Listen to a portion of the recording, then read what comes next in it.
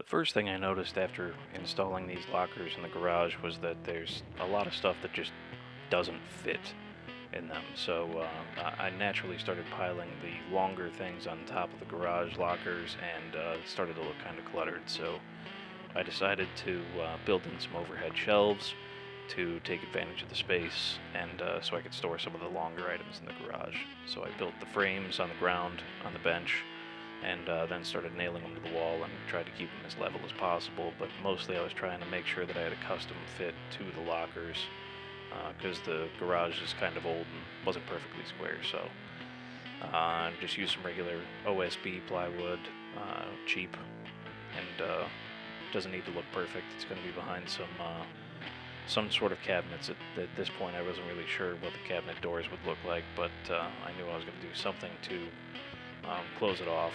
And so yeah, I just was kind of refining it a little bit so that it would be smooth enough for the doors to shut. The supports on the side there, I put those in after I put the OSB on, and it wound up saving me a good chunk of time with measuring. So that was probably a pretty good idea. And you can see here that it's extremely well supported. That's drilled into a stud in the roof. So threw a coat of paint on here, and started to look pretty decent. I decided I was just going to use framing lumber to create a nice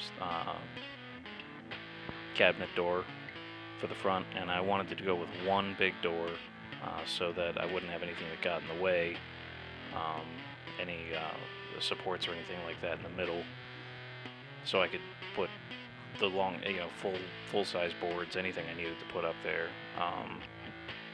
And I've got some measurements here that'll help guide you through if you're going to be taking a 2x4 and cutting it perfectly in half, and then cutting a mortise and tenon style or tongue and groove style cabinet door.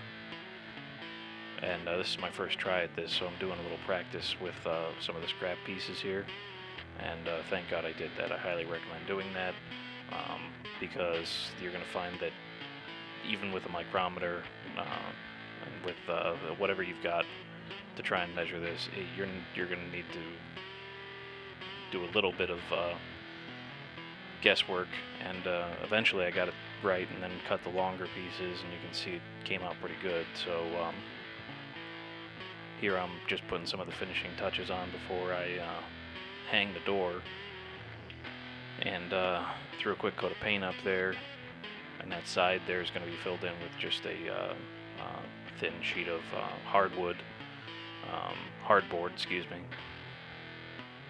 And I put this handle on primarily for just, I guess, the looks, and it was something I had laying around from another thing that I took apart, and I don't remember what it was, but throwing some hinges on.